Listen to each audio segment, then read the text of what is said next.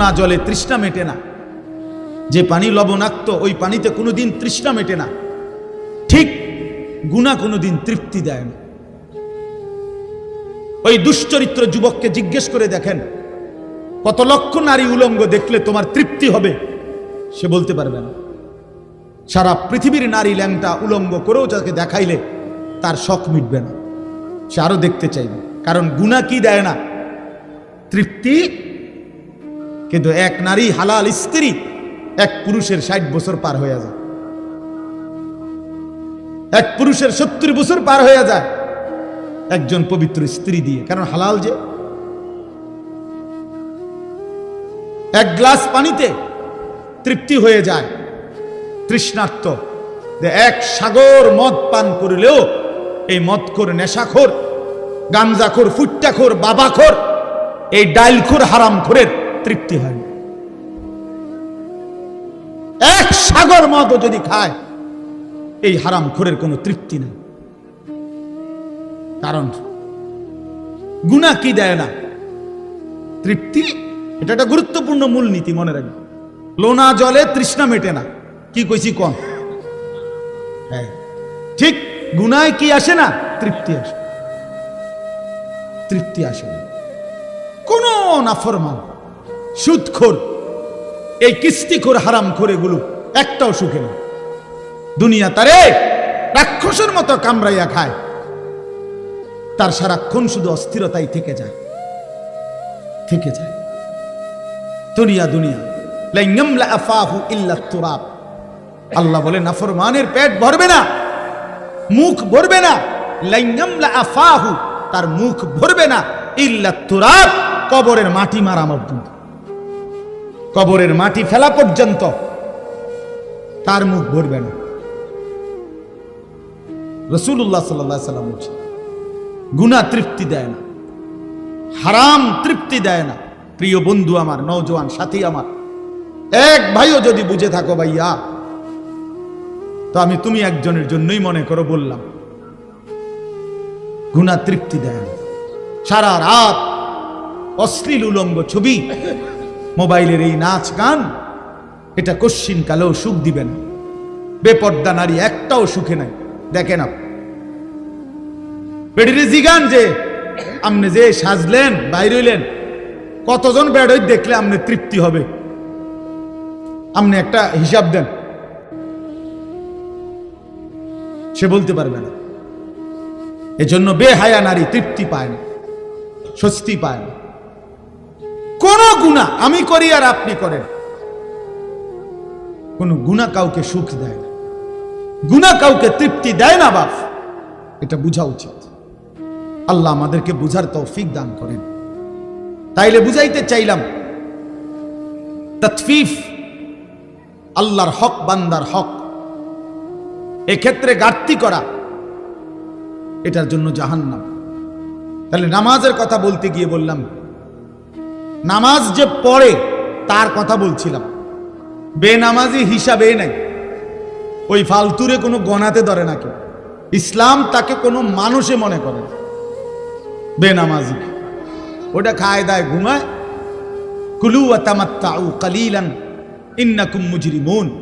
আল্লাহ বলে নাফরমান, ঠিক আছে, কিছু সময়ের জন্য দুনিয়া খাও, ভোগ করো, বাকি মনে রাখো তুমি কিন্তু পাপী।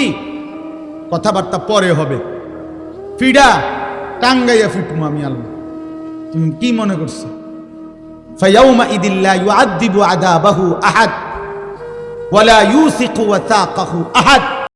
কোরআন শরীফে আছে নাফরমান, আল্লাহ বলে নাফরমান মনে রাখিস, হাসরের ময়দানে আমি তোকে যেই আযাব দেব এমন শাস্তি তোরে জীবনে কেউ দেয় নাই। এই আয়াতের অর্থ আপনি দেখে নিয়ে, ওয়ালা ইউসিকু ওয়াসাকাহু আহাদ। আল্লাহ বলছে নাফরমান তোকে এমন বাধা বাঁধবে, আমার ফেরেশতারা এমন শক্ত বাধা বেঈমান তোরে দুনিয়ার জীবনে কেউ বাঁধে নাই। তুই আমার কি ভাবছো বান্দা?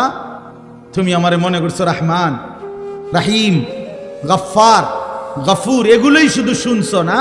আমি যে জব্বার, আমি যে কাহার, আমি যে আজিজ, আমি যে জুনতিকাম, এগুলো শুনো নাই? আমার যে আরো নাম আছে, এটি শুনো নাই? আমি যে কঠিন শাস্তিদাতা, আমি যে চূড়ান্ত প্রতিশোধ গ্রহণকারী,